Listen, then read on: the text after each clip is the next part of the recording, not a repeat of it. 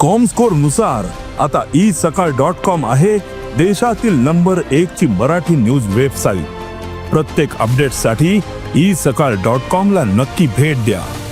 मैं मानता हूं कि महाराष्ट्र में अपनी सरकार आएगी और आप अध्यक्ष हैं, आपकी जिम्मेदारी है। मैं आपको मदद करने के लिए आया हूं और हम मिलकर इस महाराष्ट्र में सरकार लाएंगे।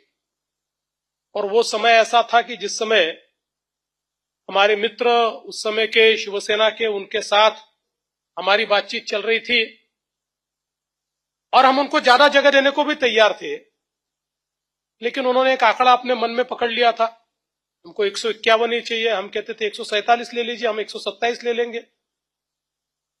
और ऐसे समय जब यह ध्यान में आया तो दृढ़ता के साथ भाई साहब ने अमित भाई से बात की।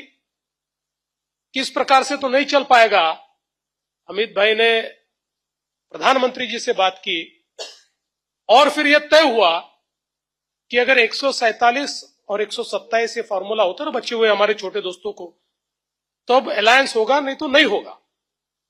ये जब तय हुआ तो भाई साहब जानते हैं, केवल भाई साहब, मैं और अमित भाई तीन ही लोग कॉन्फिडेंट, प्रधानमंत्री जी तो थे ही, तीन ही लोग कॉन्फिडेंट थे कि हम लड़ सकते हैं। बाकी पार्टी में कोई कॉन्फिडेंट नहीं था। सब लोग ये मानते थे कि क्या फैसला आप लोग कर रहे हैं। भाई साहब ने मुझे कहा चिंता मत करो, फैसला करना है और अपन चुनकर आएंगे।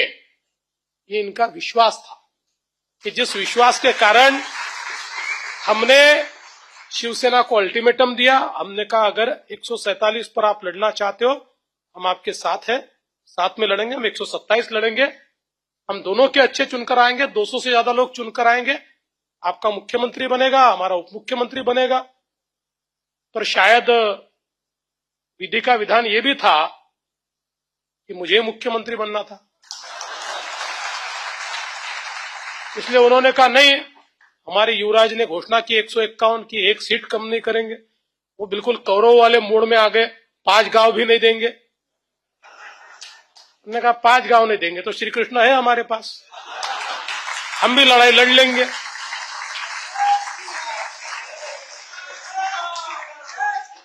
तो लड़ाई हो गई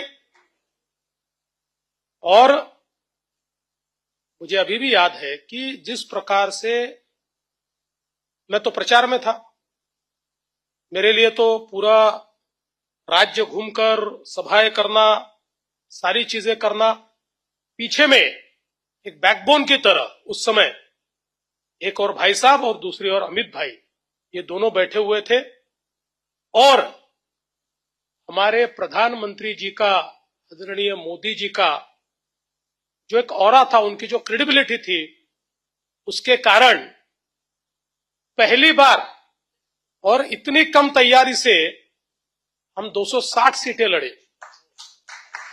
उससे पहले हम 117 से ज्यादा सीटें लड़े ही नहीं थे, सीधे 260 सीटें लड़े और सबसे बड़ी पार्टी बनकर उभरे।